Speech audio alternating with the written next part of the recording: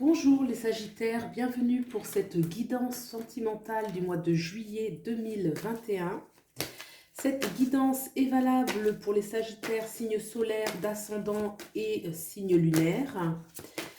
Donc c'est valable aussi pour les personnes qui sont en couple ou les personnes qui sont célibataires. Ça peut tout à fait parler de votre prochaine relation.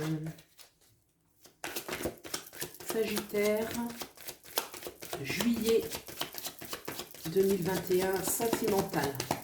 On va d'abord aller voir vos énergies à vous.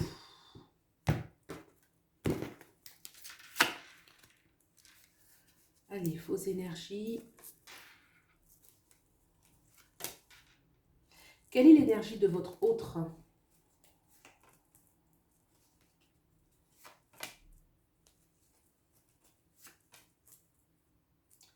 Quelle est l'énergie de votre lien?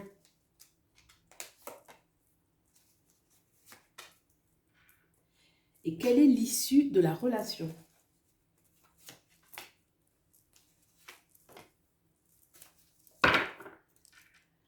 Le 9 de coupe, abondance de sensations, de sentiments, de bien-être, de liberté aussi. Allez, c'est parti.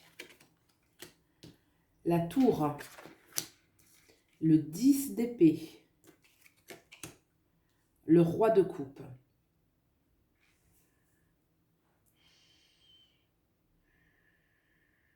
Pour moi, vous êtes arrivé à une fin de cycle. Une fin de cycle qui a pu être difficile, qui a pu être, voire même douloureuse. Mais vous renaissez de cette fin de cycle. Il y a un potentiel, en tout cas, de renaissance extraordinaire.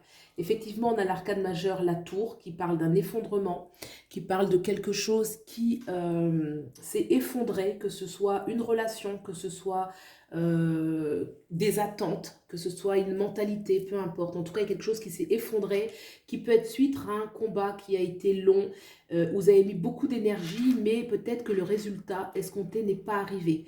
Pour autant, juste derrière cet effondrement, il y a ce magnifique roi de coupe qui nous parle d'un potentiel extraordinaire sur le plan affectif, sentimental, une capacité d'être vraiment heureux et dans une certaine plénitude des sentiments. Très bien, on regarde un petit peu ce qui se passe de ce côté-ci. Alors bien sûr, vous pouvez vous reconnaître de ce côté-là, plus que de ce côté-ci. Je ne l'ai pas précisé, il faut que je le précise à chaque début de vidéo. Voilà, donc ici on a le 6 d'épée, d'accord? On a le 5 d'épée. Et on a la reine de bâton.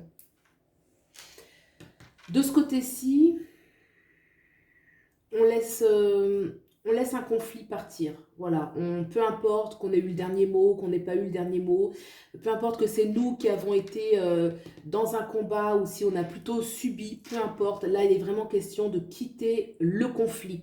Regardez ces deux cartes. On a ce 5 d'épée où clairement ça parle de conflit et le 6 d'épée, on a des... Alors ça peut être des conflits, beaucoup dans la communication, des difficultés de communication, on n'a pas su se faire comprendre.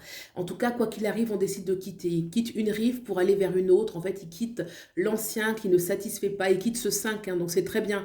On voit qu'il y a une dynamique où on laisse une situation qui était conflictuelle pour un nouveau départ, le 5 et le 6, donc ça bouge. Et on va vers cette reine de bâton qui, elle, c'est une reine qui s'assume. Il y a une grande féminité dans cette carte. C'est la reine la plus, on va dire, celle qui s'assume dans ses désirs, dans ce qu'elle veut. Elle est très généreuse, mais elle n'a pas de compromis non plus, quoi. C'est-à-dire qu'elle a vraiment envie de vivre ce qui lui fait du bien. D'accord? Donc, il y a vraiment une autorité. On notera qu'il y a des cartes des deux côtés qui sont difficiles. Les deux, là. Mais pour autant, on a deux belles cartes. On a un roi de coupe et une reine de bâton qui vont très bien s'entendre. Le roi de coupe, il y a une grande générosité. Il y a une capacité à offrir, à donner, à voir grand sur le plan sentimental. Et la reine de bâton, il y a aussi, elle est très respectée. Déjà, elle se respecte elle-même. Elle respecte ses désirs. Elle respecte sa volonté, ses aspirations. Et elle sait se faire aussi respecter. Donc là, c'est vraiment un bon mariage. Le roi de coupe, la reine de bâton qui... a une autorité mécène, hein. C'est pas l'autorité où on écrase l'autre, mais en tout cas on sait se faire respecter. Alors quel est le lien qu'il y a justement entre vous, l'impératrice, génial, et le valet de denier. Alors l'impératrice déjà parle que dans ce lien, il peut y avoir une communication. Alors soit c'est au sein déjà d'une relation, hein, soit c'est au sein d'une relation, ou soit c'est une nouvelle relation qui montrerait qu'il y a quand même eu de la souffrance des deux côtés. L'impératrice nous parle d'une grande capacité de communication, une communication qui est fructueuse, qui va porter de bons fruits, où on va savoir se mettre d'accord, s'entendre. C'est aussi une carte, bien sûr, qui nous parle de beaucoup de séduction. L'impératrice, elle a confiance en elle, elle a confiance en ses charmes, elle a confiance en son pouvoir d'attraction. Et donc, on va se sentir beau, on va se sentir belle, on va se sentir aimé. Il y a vraiment une pléthore d'abondance. Et là, sur le plan sentimental, ça parle vraiment, hein, d'ailleurs, on voit le glyphe de la planète Vénus ici qui parle de tout ce qui est l'affect, tout ce qui est l'amour. Donc il y a vraiment dans le lien quelque chose de très beau, de très agréable à vivre. L'impératrice, elle se sent libre. Il y a une notion aussi de liberté dans cette abondance. Il y a toujours une sorte d'expansion, vous voyez, vraiment l'expansion de l'abondance, de bien-être, de beauté. C'est une carte qui est très positive au niveau du lien. Alors, on a à côté ce valet de denier. Le valet de denier, c'est une proposition à concrétiser les choses.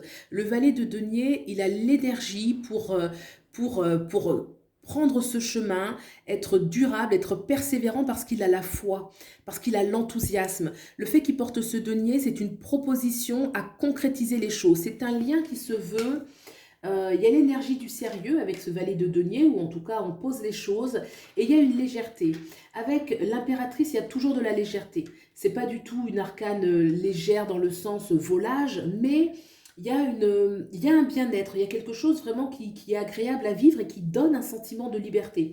Donc là, pour moi, j'ai deux belles énergies. Un lien qui parle de beaucoup de communication, de sensualité, il y a aussi le côté sensuel, hein, Vénus et les plaisirs aussi.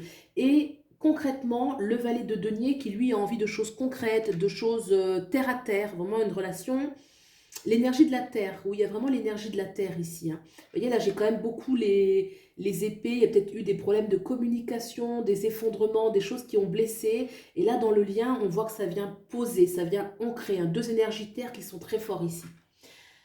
Très bien, alors quelle est l'issue de cette relation? Le 9 d'épée. La reine d'épée. Alors, l'issue de la relation,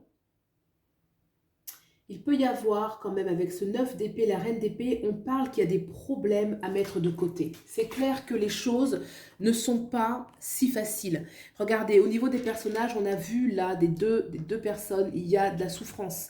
Et dans l'issue, on parle clairement qu'il y a des choses qu'il faut trancher. Il y a un mal-être qu'il faut trancher. Le 9 d'épée, c'est celui qui... c'est une énergie de soucis, de tracas, de quelque chose qui... on a du mal à voir le bout du tunnel. Parce qu'il y a aussi une attitude mentale dans le 9 d'épée. Il y a beaucoup d'attitude mentale où on ressasse le passé, on va pas. Et là, cette reine des épées, par contre, elle a une force de caractère. On peut l'imaginer, elle, hein, qui se relève et qui décide vraiment de mettre fin. Alors, mettre fin, c'est vous qui voyez. Est-ce que c'est mettre fin par rapport à une relation qui vous tracasse? Et pourtant, dans le lien, il y a quelque chose de beau, hein, dans le lien.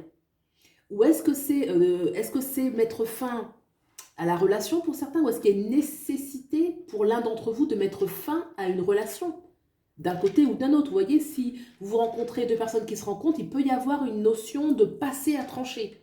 Soit on tranche avec le passé concrètement, on quitte une personne, ou soit on tranche des souvenirs du passé. Parce que ça, c'est sûr que le 9 d'épée et cette reine d'épée, c'est une invitation à trancher, à laisser radicalement les choses derrière soi. Donc ça peut être vous ou ça peut être votre autre. En tout cas, la notion, voilà, c'est une relation et c'est pour ça peut-être que l'impératrice, au niveau du lien, comme je le disais, il y a beaucoup de communication avec l'impératrice. C'est une nécessité de vraiment mettre les choses à plat, de discuter, mais une discussion qui est agréable. On sent qu'on est écouté avec l'impératrice, on sent qu'on est respecté, qu'on est accueilli. Donc peut-être qu'il peut y avoir beaucoup de communication, mais vous allez peut-être devoir vous aider à trancher certaines choses, soit au sein de votre relation, soit dans une relation ancienne. En tout cas, on avait quand même ce beau 9 de coupe qui parle quand même d'un bien-être. Hein, c'est un accomplissement, donc ça peut en valoir la peine. Quoi qu'il arrive, dans l'issue que vous choisissez, il y a le bien-être derrière. Il y a de belles cartes, hein, le roi de coupe et la reine de bâton. Il y a une nécessité quand même d'intensité et de porter les choses à un haut niveau. Voilà ce que le tirage peut vous dire pour le mois de juillet. Si vous avez trouvé des pistes de réflexion, vous pouvez liker, vous abonner. Je vous remercie beaucoup de soutenir la chaîne et je vous souhaite le meilleur. Prenez bien soin de vous et je vous dis à bientôt. Au revoir.